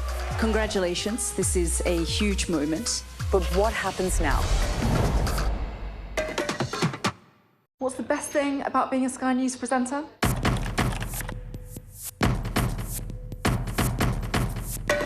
We've done the work and the reading, so you don't have to. Being a Sky News presenter. Hello and welcome. Westminster, the heart of British politics. I'm so sorry about what happened to you. So what on earth is going on? It's not true. Can I tell you what I think? It's really unusual. Mornings with Richard Frost. Let's crack on. Let's get started. Well, as you are probably aware, AI-generated content is slowly becoming a part of the social media landscape. Or even quickly, here we look at a time travel blogger called Chloe. Our science and technology editor, Tom Clark, explains. You've seen these, right? I genuinely cannot breathe. This is not fog. This is just pollution. They're everywhere. Excuse me, you know the ship is gonna sink, right? What are you talking about? This ship is unsinkable. And people seem to be obsessed. They're getting millions of views. Look how cute they are. Oh, okay. The clips are obviously AI generated in some way, but what people want to know is how exactly are they made?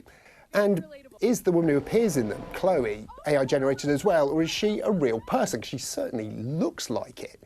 So we decided to track her down, find out how she makes this content, and why the technology behind them is threatening to upend the film and video industry. I've never met a Instagram celebrity before.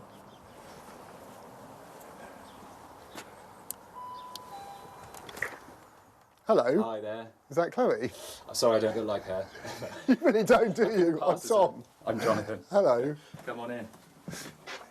I can't help feeling a little bit catfished today. Not that you deceived us in any way about who you were, but I was surprised. I was expecting maybe Chloe not to be a... Yeah, she's not real. No, and she's definitely not bold. Chloe, it turns out, is Jonathan. And if you want to know how or why he made Chloe versus history, watch our full film on the Sky News YouTube channel.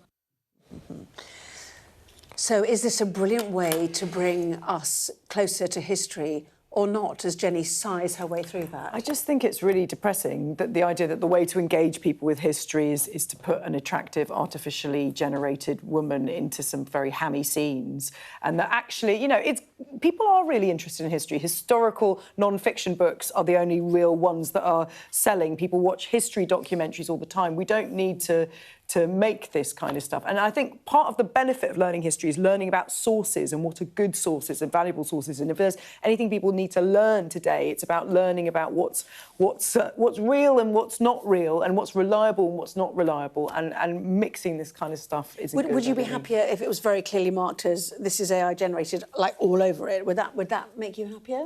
Yeah, it probably would. But even still, I just think the idea that this is the way to get people engaged assumes that people are really not very smart and not very interested. It's cheaper than making a drama, though, isn't it, Adam? Well, that's the point. I mean, I appreciate what you're saying about history. You're absolutely right. But I mean, Hollywood is supposedly very, very scared by this because, you know, you saw that one bloke in his kitchen appears to be generating things which look like films, and you know, that really undercuts the whole economy. I mean, I don't know how much of that was AI generated. I don't think it all is, I think. The thing is, it looks like films, but actually what makes a good film does involve some human involvement in terms of actually making it gripping and interesting. And, you know, with the AI-generated plots, you know, you saw that Titanic thing. No, but the point is if you can do that technically, someone could arguably write a good script. I mean, Yeah, that may be a bad script, but someone could write a good script, and that puts, you know, everyone who makes films out of a job. Makeup artists, actors. But a couple of months ago, they had 2 Hollywood actors who were doing an unbelievable fight scene, and it was all AI generated, and that's when the Hollywood stars started to get worried. Yeah. And we had the copyright ruling recently, didn't we, with the government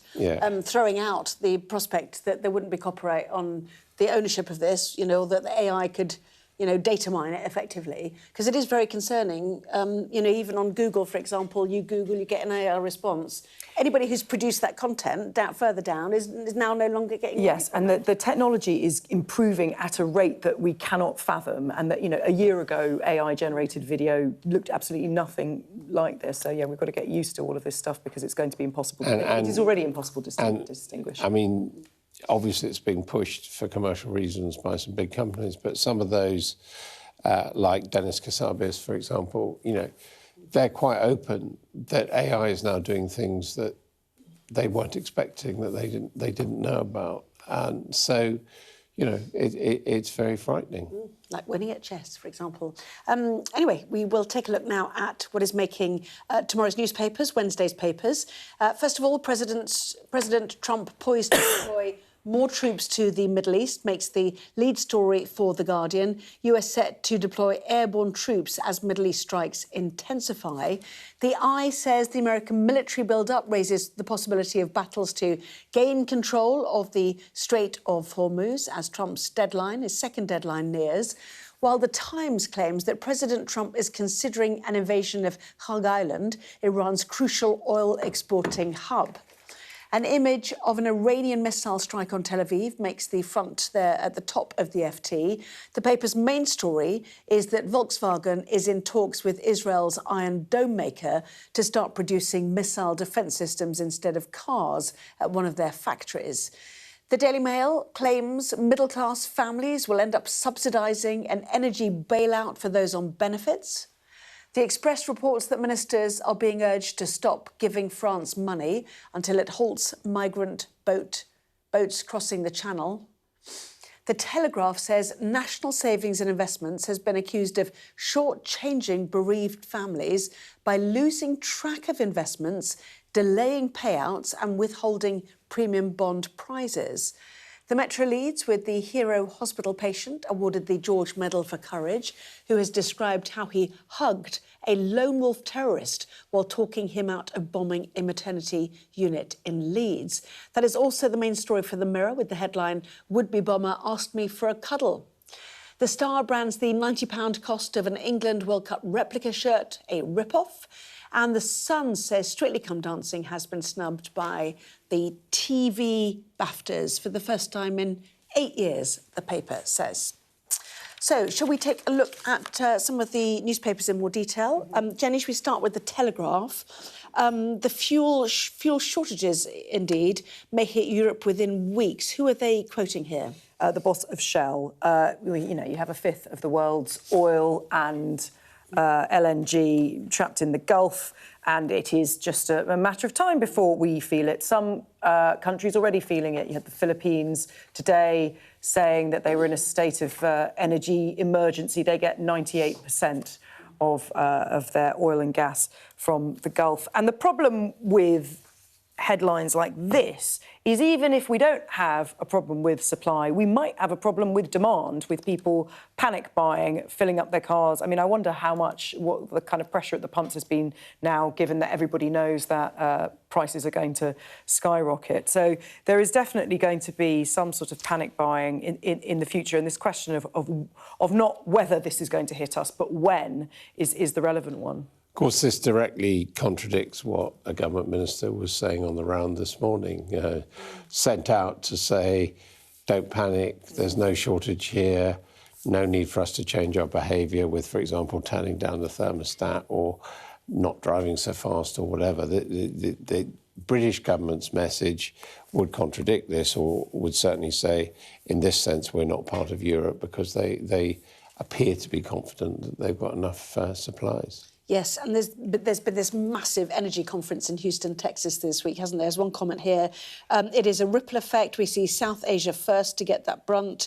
That moves to Southeast Asia, Northeast Asia, and then more into Europe, and we get it into April. So we're trying to work with governments to alert them to the levers they may need to pull. We just want our government to be thinking about which levers to pull, don't we? And presumably... That's what the statement today was about. Well, it wasn't, there was it? They talked about contingency in terms of help for fuel prices, not about rationing at the pumps. That's the difference. She didn't talk about that, but she talked about that price gouging and about keeping an eye on those that would seek to profit from all of this. I think the government in this country and in other countries has a problem because of the fallout from COVID. That I think, because of all the controversy about, lockdowns and distancing and all the rest of it, governments are very loath to put out generalised announcements of you should do this, not least because they're not sure people won't actually comply with them in any case. Yes, and we'll start to see queues at the pumps like the toilet roll. Yes, exactly. The minute you say, oh, if you don't need to drive, then don't drive, that's when everyone runs to fill up their car. Interesting, the photograph, just very quickly, the Dragon has landed. This is personnel aboard HMS Dragon, the Royal Navy warship, if you remember, which set off with great fanfare eventually, which has finally arrived in the eastern Mediterranean to defend Cyprus from Iranian attacks. That comes as news tonight that Cyprus has asked the UK to negotiate new security arrangements for Britain's military bases on the island, so-called sovereign bases, to which the UK Defence Ministry has said sovereign base areas have never been part of the Republic of Cyprus. We have no plans to change this. And yet we know the French send all sorts of warships there to protect what is an EU country, Adam. Exactly, and the Cypriot government have been saying, well, it's all very well having British bases, but if Britain can't defend them, maybe we ought to think about someone else, possibly Europeans or whatever, taking control, which was a point that President Macron was making. I've got to say, it's a very bizarre photograph that Dragon has landed one, isn't it? I mean, you don't necessarily think of these people as being a fighting force. If you didn't have a caption, you might be wondering, what they're doing. It looks like COVID, doesn't it? Yeah. Yes, I think there's a bit of camouflage on there. Anyway, you can't see the picture now, you've moved off it. But anyway, oil trades, this is in the Times business section, oil trades of $500 million were made minutes before Trump's statement. The peculiarity of this, Jenny, is that it was very, very early in the morning. Yes, it was... you could say somebody got very lucky. You could say there was insider trading and someone in the Trump administration is profoundly corrupt. I wonder which of those is true, but you could say either. It was only about 15 minutes before Donald Trump's post. Before Trump posted, and we're talking about $500 million of profit made out of selling at a time just before it would have been a really good time to sell. This is very depressing because it's just completely not unexpected. We know that Donald Trump is up for making a buck, and the people around him are up for it too. And we also know that it's very unlikely for there to be any consequences because you can't prove who knew what when. So this is very sad because it's a sign of the world that we live in, not just that this happened, but the fact that it's not a surprise to any of us. Yes, that was actually that was in the Times business section. The front page of the Times is talking about the 82nd Airborne, which has been readied for deployment. The suggestion from the Times is that Trump prepares to seize this famous Karg Island, which is the main, Iranian export facility with elite forces. Yeah, well, that's certainly the message he wants to send out. I mean, one gets a slight sense of it all being, made up as he goes along, really. But everyone's heard of the American Airborne Forces. So I think one way or another, he's trying to strengthen his hand in any negotiations. Yeah, indeed so. Let's go to another story, shall we? The Eye talks about, it's a small story right at the top there, new HS2 farce as trains will be slower and even more expensive. To be fair, it's the yellow story, actually, just at the top. They were going to be really, really fast, weren't they? So if they're a little bit slower, does it matter? We don't know exactly how much slower, but you've got to think the scraps that we've got left of HS2, please can the trains at least be fast? Please can they be high speed? I mean, this has to go down in history as an example of just how we cannot get things done in this country. You've got China putting solar panels in the desert.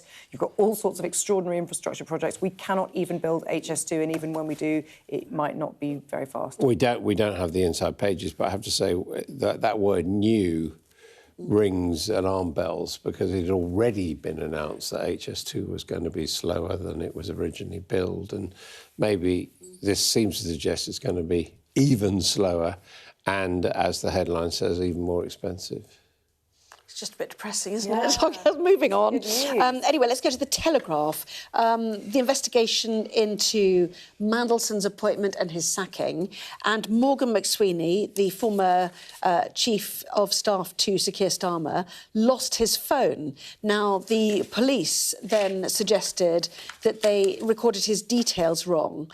So the Met Police closed an investigation into Morgan McSweeney's stolen phone without speaking to him. Yeah, I mean, this is a kind of broken Britain in microcosm story. I mean, this is the man who was the Prime Minister's Chief of Staff.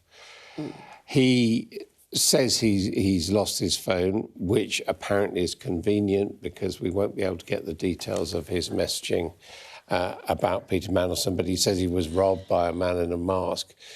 And he also says he reported it. And it's a matter of record that beyond giving him a crime number, the police did nothing about it. You might have thought that once they worked out that who he was. Morgan McSweeney was. And also, apparently, you know, a lot of people said he must have had two phones. This was his official phone. Which may be why he can't get the messages down, because I don't know, with official phone you can't put stuff on the cloud or also or WhatsApp is encrypted on the device. Yeah. So if it's WhatsApp messages, if you've lost the device, you cannot see the messages. Okay, you're a tech expert. No, I got WhatsApp hacked recently, so I had to find all this stuff. Right. Okay. Moving on. Yeah. So, you know, this is just systems failure all round. But really, Boris Johnson, you know, had a new phone for the COVID inquiry, didn't he? So, but at least there's a crime. And this appears to be the police saying that the reason why they didn't investigate because they didn't realise whose phone had been taken. And that even if your phone, the contents of your phone may be of national importance, the police still won't care and won't investigate. I should say the Times has a germane story, which is that there's going to be another dump of Mandelson files just after Easter. That is being reported by the Times political team, which looks like it's going to come between Easter and the elections in May. So that could be very awkward. And these are exchanges of documents about Mandelson which have been cleared by the Intelligence and Security Committee. So we'll be back on that one. Yes, indeed so, as we oscillate through stories, indeed so. Lots more still to come. We will return shortly to take a look at more of the newspapers. Back in a moment.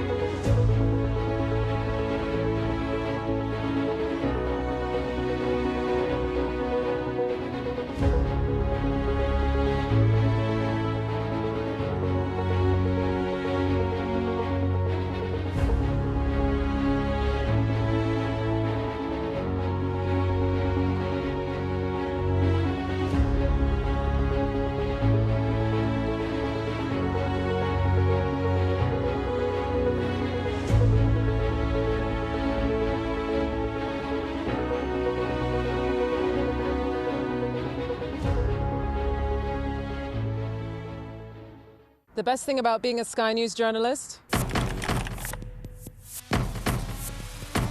They call him the king of the jungle. Being a Sky News journalist. Yusra Al-Baghir has this report. And this is what's left of it. As a woman of colour, how did the Harris campaign speak to you? People risk their lives to speak to us for this report. Mr. Zuma, Sky News. We're trying to see as much as we can. Well, we're taking a look through the newspapers with Adam and with Jenny. And Jenny, we're going to go to the front page of The Guardian, that men and boys need to be protected as women from harmful influences, including those in the manosphere.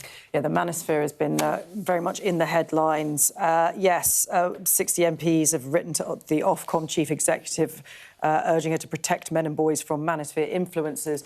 Yes, I would agree with that, but I think there is something bigger here, which is the outrage economy and how people make money online by posting very, very extreme stuff. The manosphere is part of that, but that's also, you know, the rise. Anyone who uses any social media platforms knows that the amount of offensive, racist, anti-Semitic, body shaming, you know, I get sent pro-anorexic content all of the time in my feed. It's because this is a business now. It's people being outraged and people responding to things. The manosphere is a big deal, but I think a bigger deal is the fact that there is an entire industry of creating things that are extreme, that normalises things like, you know, extreme racism, anti-Semitism, and all sorts of horrible phobia. Yeah, I'm just diverting very quickly, because this time last night we talked about Denmark's leader was going to have a boost because of her stand against Trump on Greenland. I'm just seeing, actually, in terms of breaking news on the Reuters newsfeed, the Danish Prime Minister Mette Frederiksen's Social Democrats appeared headed for their worst election outcome in over a century. Wow. So there we go. So that reporting wasn't quite right, was it? No, she hadn't done so well. Certainly. Yes, indeed so. But obviously we're waiting for final figures on that. In the Times, Adam, doctors back working from home for an online hospital. So video calls to patients. Yeah, well, they would, wouldn't they? Less work for them. I don't know. I mean, it's quite clear that you can use online for some very useful things to do with medical treatment. But, I mean, frankly, if you're going to do it online, why don't you do it with a bot rather than the doctor? OK. Oh, gosh, really? Oh, no, doctor. Anyway. Daily Star, £90 for an England shirt. You know, things are going up in costs, but the Star declares it rip-off. Price gouging, as Rachel Reeves would say. Yes, a replica shirt costs £90. I mean, you do have to think who's going to buy them at that price, but they've made a calculation and enough people... You're probably saying who's going to go to America to watch it as well. Well, exactly, in that very... Should we just very quickly show you the final story, the Mirror Sport, Mo, it's time for me to go. One line on Mo Salah, Adam? Well, he's been great, most famous Egyptian in the world, widely celebrated, but I think it was generally accepted that he was coming towards the end of his career. He had another year to run his contract, but I don't think he's been being turned out for the first team for so many games. I'm quite sure he's going to earn a lot of money at his next team, and probably that's the way in which big stars are going to use their careers now. Adam Bolton, Jenny Kleeman, a pleasure as ever. Thank you very much indeed. The Sport is next, the latest on Mo Salah, end of the Mirror.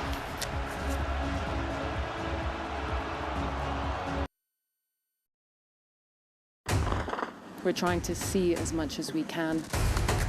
We're in an area that's just been reclaimed. Mr. Zuma, Sky News. People are directly protesting. The whole neighbourhood is rallied around her. It's been impenetrable to journalists over the last 2 years of war in Sudan. I've been waiting for this for 2 years. It doesn't feel like a big homecoming. It was never going to be pretty. War isn't pretty. I'm Adam Parsons, Sky's Middle East correspondent. We've just entered Gaza. The vista out there is complete destruction. I'll always remember going into Gaza City during the war.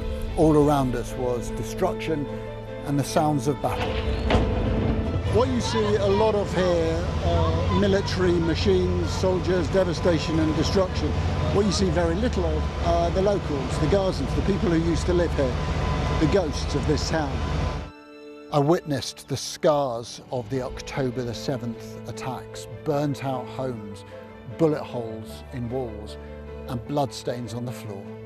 People were murdered. You have the black flag, you have the yellow flag, people were kidnapped.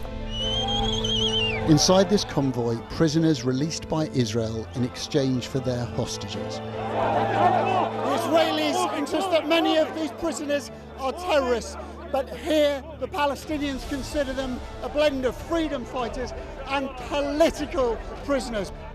There were tears and there was defiance. This land has been farmed for hundreds of years, but now it's a scene of conflict. Israeli settlers have come to this area to seize land. They've taken the land that I inherited from my father, and my father inherited from his father. What would happen if you went over? Oh, we'll be shot. This is a place where the past is cherished, but the future is feared. These are the settlers in waiting, keen to start a new life, to annex Gaza for Israel. The least we can do is just kick them out of our land. Gaza, which is just 2 miles in that direction, is under attack again. Sky News, get the full story first. What's the best thing about being a Sky News presenter?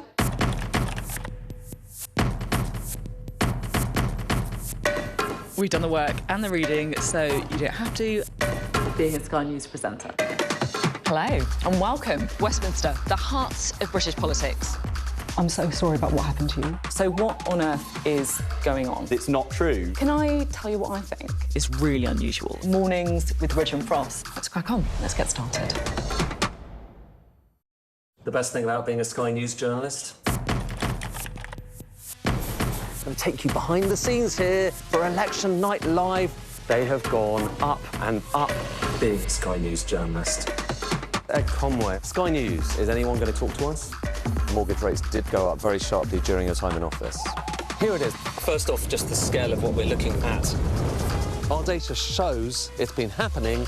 Question is, why it hasn't been stopped. Let's catch up with the evening sport. Here's Mike.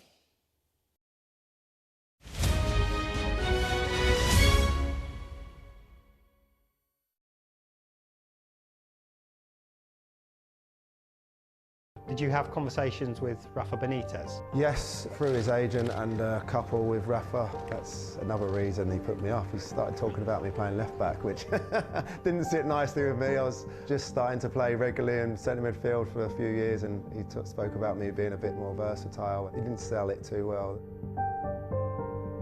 After 4 bids, the latest thought to be £15 million, Liverpool insist they're still talking to Villa and have not made a final offer. Liverpool put a bid in, which wasn't accepted by Mr. Lerner. Mr. Lerner went back to them and they didn't go through. I don't think Villa were difficult, to be fair. They set a price and stuck to it in the absence of other deals. We didn't have the funding to complete it. Once again, his relationship with the Anfield board is under scrutiny. The veto of Gareth Barry's transfer from Aston Villa prompted renewed suggestions Rafa Benitez enjoys less than full backing from Liverpool's owners. In response, the club have released this statement. It is obviously the selling club's prerogative to put whatever price they want on the player, but on this occasion, Liverpool think the price quoted is too high. There were other priorities. One of Rafa's points was that Gareth was versatile, that he could play left back. The owners, which by that stage were Tom Hicks and George Gillette, pointed out we'd just spent quite a lot of money on De Sena, a left back. Unless we could raise some money, it was going to be too expensive, and then it became contingent on being able to sell Shabby, which didn't happen. And Liverpool fans blame me for Alonso leaving, but not once did he say Alonso was going to be leaving. Quite why there was no interest in Shabby is a bit of a mystery, because clearly he was a phenomenal player and a phenomenal talent. And we bought Robbie Keane the same time, of course. Seems like small numbers now, but we were looking at spending a net 20 million each season, so the funding just wasn't there. Gareth became terribly disappointed with Liverpool. I think to Gareth's astonishment, a couple of weeks later they paid £20 million for Robbie Keane. I think that was a signal to Barry that, did you really want me that much? When I knew the transfer was going to happen, I got my head down. There wasn't too many boos. Who would have thought Gareth Barry's Villa career would come to this? Booed at every touch by the fans that once loved him. He's got to face the music, really. You should leave, to be honest. There were chants of Judas, booed every time he touched the ball. It's been a long, long saga, really long. It's been talking about maybe 16, 17 weeks now. And of course, I think that some stage or another, it must affect you. Mentally, it was a real tough period, and I regret doing.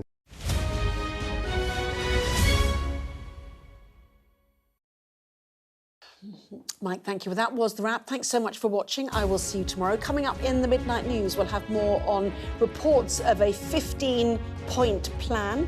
Israel's Channel 12 television suggesting that a 15-point plan has been presented. The New York Times saying that it was presented by the Pakistanis to the Iranians.